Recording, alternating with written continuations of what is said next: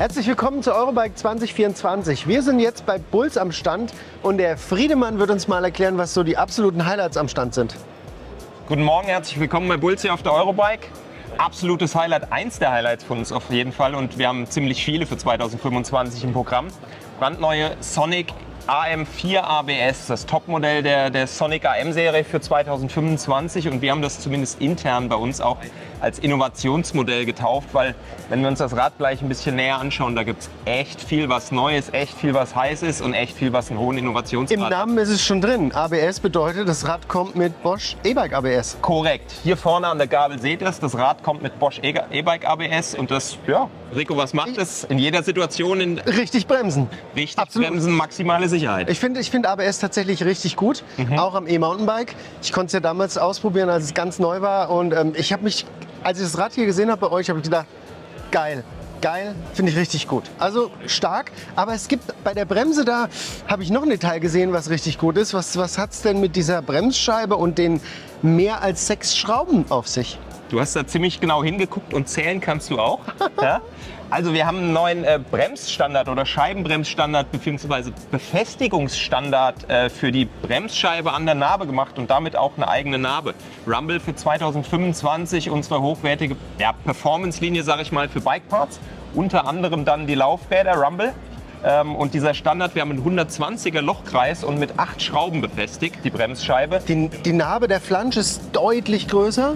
Richtig. Hat den Vorteil wahrscheinlich kürzere Speichen, bessere Verteilung, haltbarer. Steiferes Laufrad, ganz genau, kriegst du dadurch. Den großen Flansch können wir unter anderem durch den großen Lochkreis für die Bremsscheibe realisieren. Und der Hintergrund ist, Scheibenbremsen gibt es seit 25, 30 Jahren, sagen wir mal. Damals 26er Hardtail. Oh. Und so weiter. In der Zeit, die Entwicklung ist massiv vorangeschritten. E-Bikes sind da, Bremsen sind stärker. Das Gesamtsystem ist schwerer geworden. Aber der Befestigungsstandard, ich kann mich gar nicht an den Lochkreis erinnern, den es damals gab. Mal irgendwann ein Formular, da war es sowas ganz Seltsames. Und dann irgendwann kam Internet, IS hieß das damals, IS 2000, glaube ich. Das war dann ein 6-Loch-Standard. Ja, aber guck dir mal auf den Lochkreis. Ja, na klar. Das ist ja minimal. Ganz ursprünglich damals vielleicht mit 140, 160er Scheiben. Jetzt sind 203er oder auch 220er Standard. Da wirken ganz andere Kräfte. Ich finde es auch optisch. Taugt es mir richtig gut. Es wird alles ein bisschen größer tatsächlich, und es sieht auch aus dem Stand schon haltbarer aus. Also mir taugt es gut, ich bin echt gespannt drauf. Aber das Rad hat noch ein richtiges Highlight am Headtube. Was ist denn da? Da ist ein Fenster drin, da ist ein Licht drin. Ja, man muss ja auch mal rausgucken können. Ja, absolut. Also faktisch kann das Licht, was da drin ist, da rausgucken. Also wir haben das Monkey Link Kurvenlicht da drin. Das ist ein mitlenkendes Vorderlicht mit 30 Lux, damit STVZO zugelassen. Es hat explizit nicht den Anspruch, auf einem Night Ride, auf irgendeinem Trail hier die volle Ausleuchtung zu bringen. Das wird mit dem Integrationsgrad sehr, sehr schwierig. Aber wir haben immer Licht an Bord in jedem sportiven E-Bike, gepaart mit den Monkey Link Twin Lights, die hier hinten in den Ausfallenden sitzen, ist jedes sportive Mountainbike grundsätzlich, man kann damit bedenkenlos und sicher in der Nacht unterwegs sein. Man sieht ein bisschen was, der Heimweg vom Biergarten, wenn die Tour mal länger dauert, der Pendler, suchst dir aus. Hat aber mehr den Sinn eines Positionslichts, hätte ich fast gesagt, an Front und Heck. Und ganz kurz, wer sich jetzt gerade denkt, so ein Kurvenlicht hat ja jedes andere Licht, was man an den Lenker oder an den Helm macht oder so auch. Das ist prinzipiell richtig, aber die Integration, wie es hier ist, die hat nur dieses Licht bei Bulls, und ich finde es ziemlich cool. Also ihr habt es richtig schön gelöst. Ja, es ist optisch wunderschön ins Rad integriert. Du klickst nichts mehr an den Lenker, du hast nicht mehr hier noch irgendwelche Anbauteile, die da auch noch verdrehen oder sonst wie kannst, sondern es ist schön in die Silhouette integriert. Du hast es immer dabei, du musst dir keinen Kopf machen, ob es geladen ist oder nicht. Kannst du über die Remote an- und ausschalten und damit zu jeder Tages- und Nachtzeit bedenkenlos losfahren oder heimkommen. Sehr, sehr cool. Was haben wir noch für Hard Facts zu dem Rad? Neu entwickelte Rahmenplattform. Carbon Aluminium. Vollcarbon Hauptrahmen, Aluminium Hinterbau, 150 mm Federweg an der Front, 140 am Heck. Definitiv auf All-Mountain getrimmt, aber ich sag mal auf der moderaten Seite. Also ist jetzt kein Rad für einen Bikepark oder für Finale, sondern eher für die All-Mountain Tour, sage ich jetzt mal. Jawohl. Eben die integrierte Beleuchtung. Wir haben Rumble habe ich in Bezug auf die Laufräder schon angesprochen. Rumble Ultimate Pro Carbon, eine Lenker-Vorbaueinheit aus Vollcarbon, die wir entwickelt haben. Gab es letztes Jahr oder für 2024 auch schon an dem einen oder anderen unserer Räder zu sehen. Und dann kommen wir auf vielleicht noch ein Highlight, noch eine Innovation zu sprechen.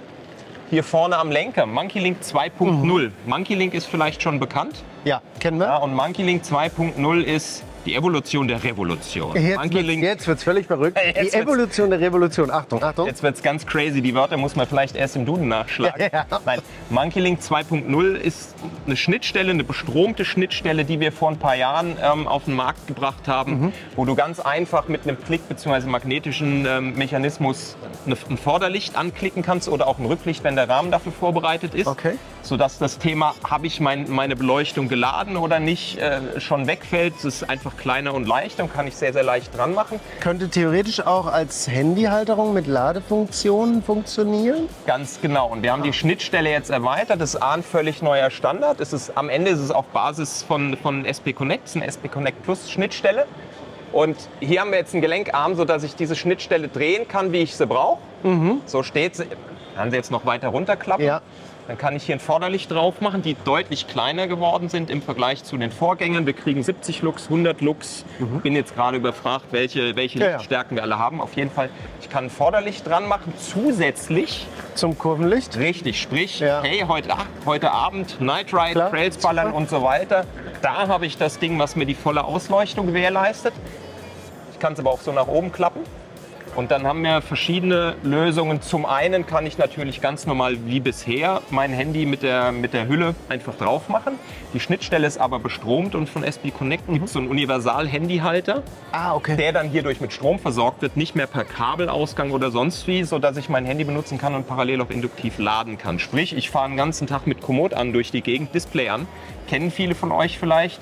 Nach 3, 4, 5 Stunden ist das Handy leer, aber die Tour noch nicht vorbei. Ja.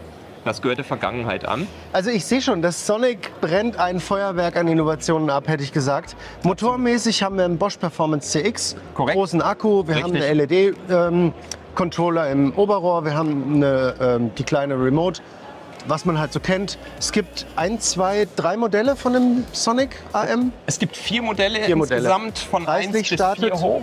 Geht bei 5.799 los für das Sonic AM1. Dann gibt es das Sonic AM2 ABS, was vom Spec her bis auf die Bremse exakt das gleiche ist wie das 1er, auch nur 200 € mehr kostet.